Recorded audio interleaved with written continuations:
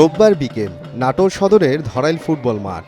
চারদিকে উৎসবের আমেজ, কেউ দাঁড়িয়ে কেউ বসে, সবাই মুগ্ধ হয়ে দেখছে লাঠি খেলা। ঢাকের তালে তালে শুরু হয় খেলা, লাঠি ঘোরানো, আঘাত আর প্রতিরোধ, সেই সাথে দর্শকদের হৈ হুল্লোড়, সব মিলিয়ে এক উৎসবমুখর পরিবেশ।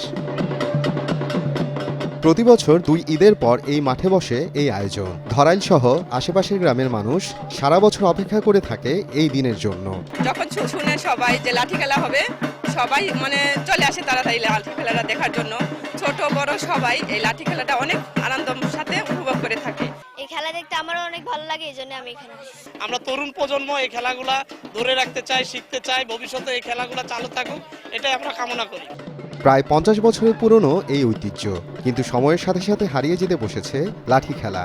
ধরাইলে এখন মাত্র ২০ জন খেলোয়াড় আছেন। সদর উপজেলার অন্য কোথাও নেই এই খেলার চর্চা। খেলোয়াড়দের দাবি, সরকারি পৃষ্ঠপোষকতার অভাবে তৈরি হচ্ছে না নতুন কোনো খেলোয়াড়। তবুও থেমে নেই তারা, শুধু মানুষের আনন্দ দেওয়ার জন্য বিনা পারিশ্রমিকেই খেলে যাচ্ছেন এখনো।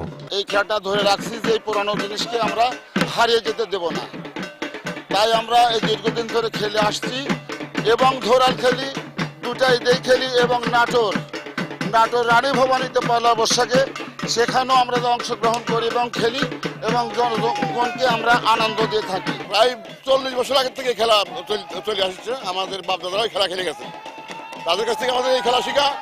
প্রায় ১৫-২০ জন বিশিষ্ট একটা আমাদের দল আছে। আজকে ঈদুল ফিতর উপলক্ষে আজকে আমরা গ্রামবাসীকে আনন্দ দেওয়ার জন্য এই খেলার আয়োজনটুকু করেছি, অন্য কিছু না।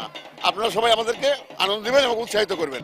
ঈদ ছাড়া আর খুব একটা দেখা যায় না এই খেলা। শুধু পহেলা বৈশাখে নাটোর রাজবাড়িতে হয় আরেকটি প্রদর্শনী।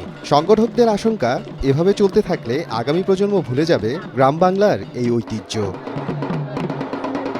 সময় সংবাদ, নাটোর।